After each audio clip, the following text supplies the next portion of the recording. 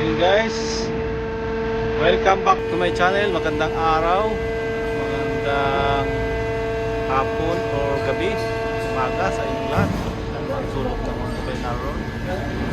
At dito na naman guys, nakatapos na naman kami ng project namin. Ito, mahirap-hirap lang itong ginawa namin guys, kabakal.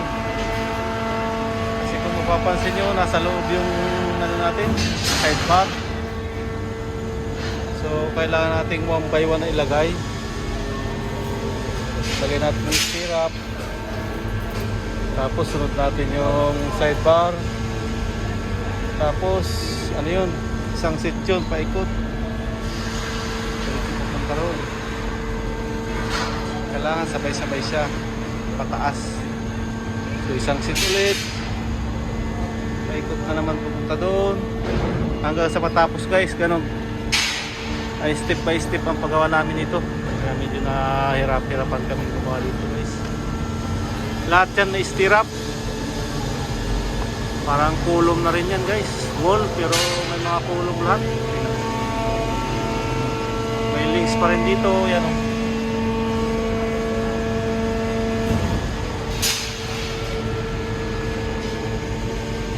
So mga ano din to, 5 tons din higit. Ayan, taas din siya. Ayan.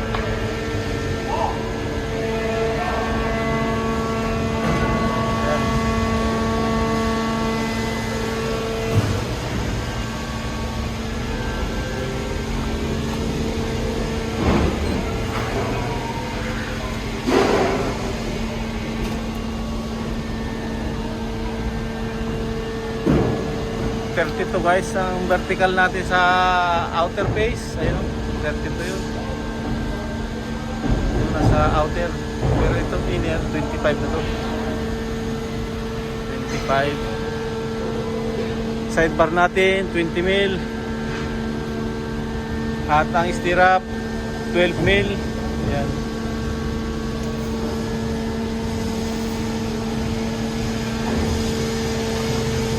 Ilalim kasi ito ang ginawa natin ito guys. Ano to, staka ng mga tubig na papasok dito sa loob ng railway, ng tunnel. Kaya ano to, napakatibay guys.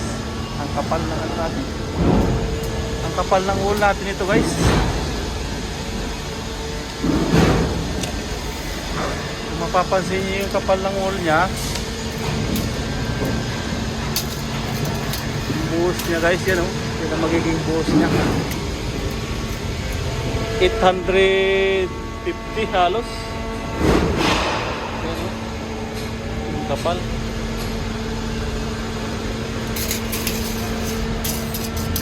Kapal na. Kaya napakatibay nito guys. Tibay ng ulan.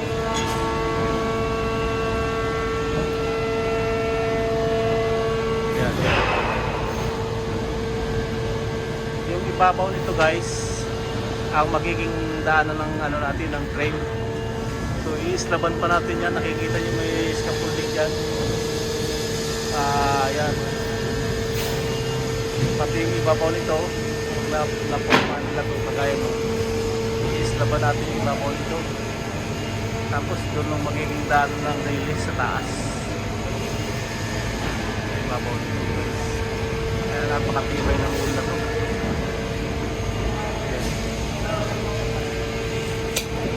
501 North Wall ng subway natin ito guys. Yan, complete na to guys. May blocks na tayo, complete blocks. 40 mil ang ano nito guys, 40 mil ang kapal ng blocks natin, hindi na ang cover ng concrete. Yun lang guys ang mga concrete blocks nila dito.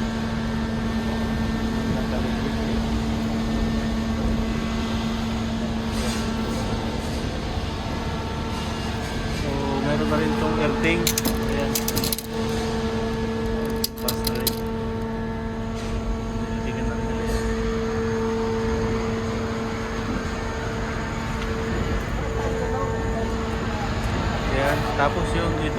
Nalagay na rin namin ng starter dito.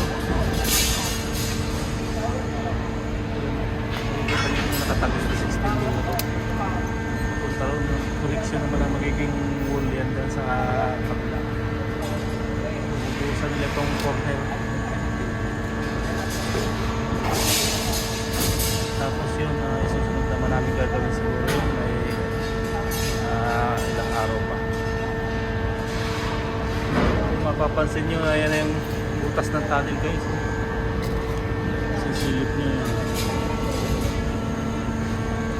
Tunnel na yan guys, yung nasa loob na yan.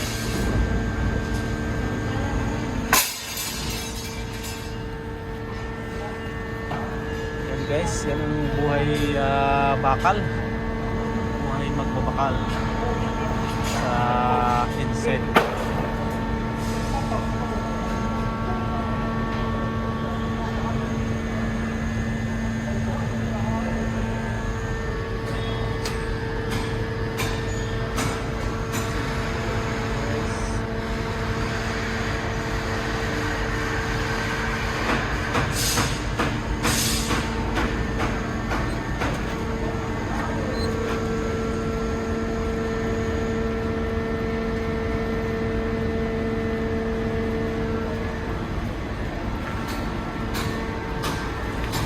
Silipin natin yung taas guys.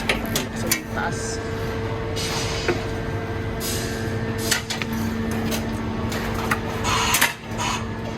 Balik tayo sa scissor lift.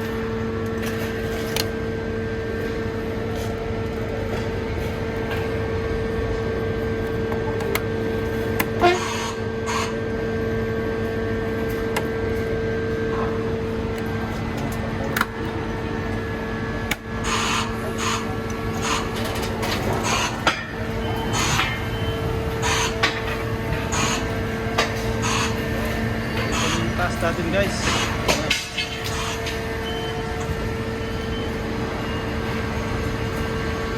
Variable pa itong bakal natin guys, kaya hindi na ng kayo. Mahirap din natin mamili. Lalo na liit ng space natin guys. Space naman area natin. Kaya na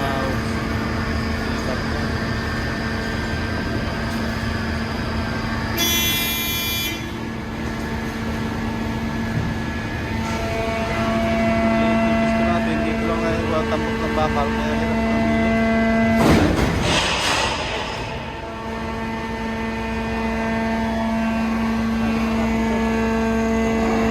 Nakikita niyo, ayun ang bukat ng tunnel dito dadaan.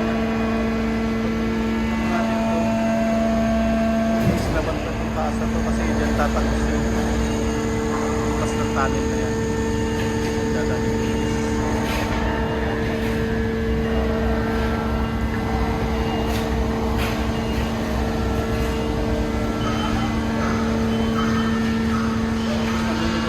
natin, nilipat na tayo dun guys.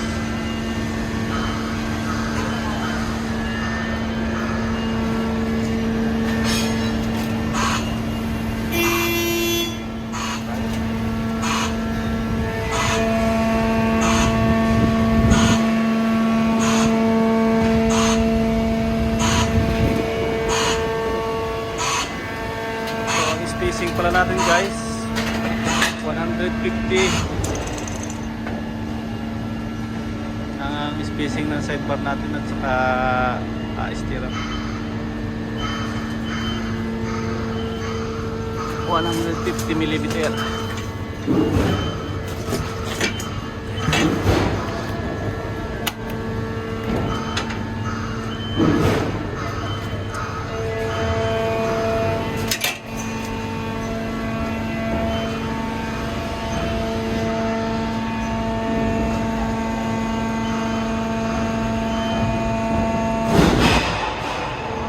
Mapapansin nyo guys, tingnan mo, tumatagos ng mga tubig dito.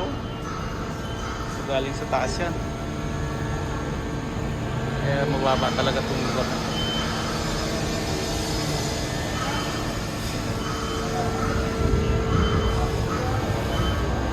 So ano lang, pupormahan na lang din nila to guys. Ito. Tapos pwede na nilang buhusan. Dami-dami din ang buhos nito guys. Ayan.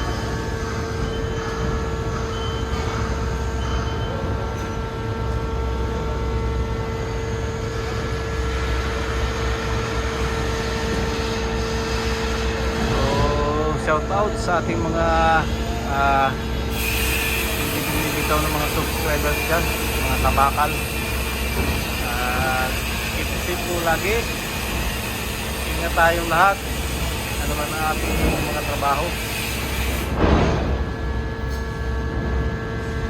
Keep safe and God bless us all.